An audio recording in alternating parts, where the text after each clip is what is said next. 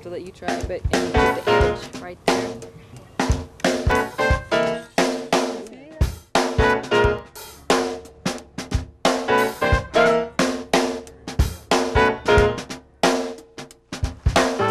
Commencement 2000 provides opportunities for inner-city minority youth. Through exposure to the outdoors, students discover a larger world and a different environment.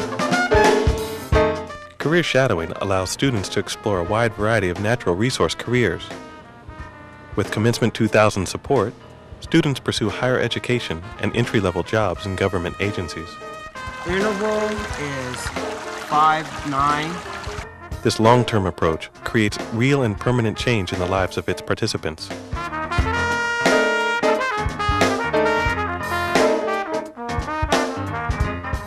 I want to do something different. You know, I want to be involved in something different than what I was surrounded by as a child.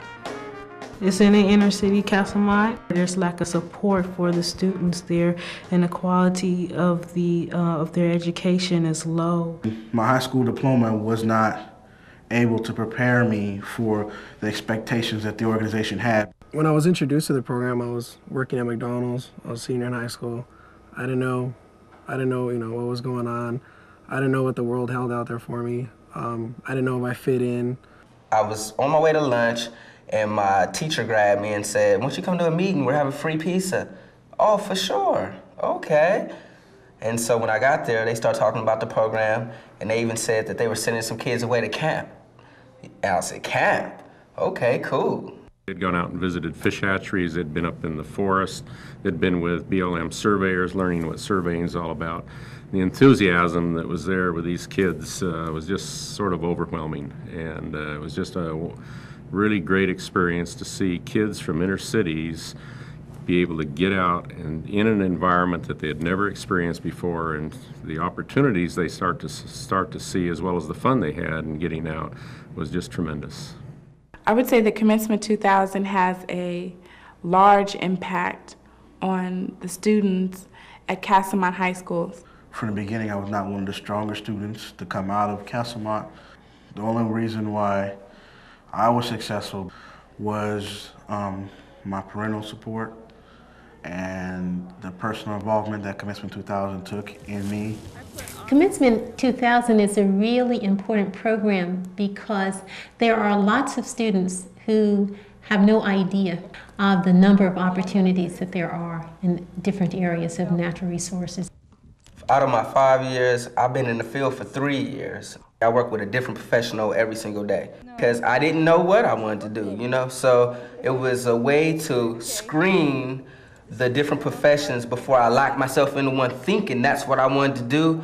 I could work in it. They see there's a chance I could become a surveyor someday, a biologist that manages a fish hatchery, or maybe someone that works in the woods. One of the things we mentioned before is career shadowing program, where we have kids that can go out in the high school years, can go and work with different agencies or different groups involved in natural resources, where they can have an opportunity to develop some skills and to find out, is this really the career I really want to pursue? Well, he'll tell you the species as he comes to it. She was a director, she was a woman, so that right there gave us something in common as far as she was a minority. And she was successful, and she was telling other people what to do. And in order for me to do that, I had to seek higher education. They've pushed me to go to school, which was, I wasn't sure, really where I was going, maybe the military, maybe not. I didn't know where I was headed, what direction. And this kind of gave me a path, and I'm on it now. I think it's a great program. It's probably one of the best programs I've seen because it's not just an environmental education program. It's a program directed at careers and helping people to have careers in natural resources. Pursuing higher education and building careers brought dozens of Commencement 2000 students to UC Davis recently for a day-long meeting with universities and natural resource agencies.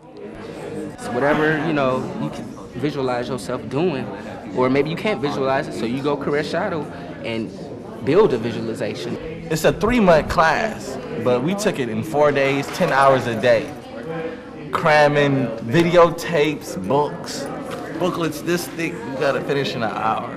stuff. And to me, I found out at Castlemont, when I went up there, I was a little slower than everybody. You know, everybody was a little bit faster than me. So on my breaks, when we took breaks, I couldn't take my break. I had to, you know, carry up, catch back up, and but it was all worth it because I got to do one of my childhood experiences, which was become a firefighter.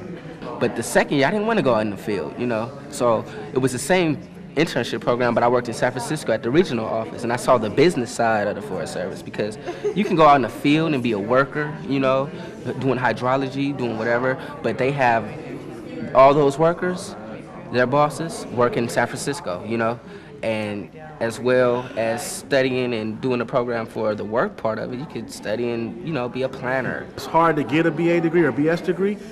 A lot more people are getting them nowadays. So what's happening is you have a glutton in the market, so it makes that you have to go to that next step. That's your master's, you know what I'm saying? And you may not have a top on that. You have to go as far as your PhD. Commencement 2000 for me was a stepping stone in my life. I don't think that I would be in college if it wasn't for Commencement 2000. I wanted to go to college. I didn't know what I wanted to study. They introduced civil engineer to me. Just being in the program has introduced me to a lot of resources that I probably wouldn't have been able to grasp as soon as I did if I was on my own trying to get this information.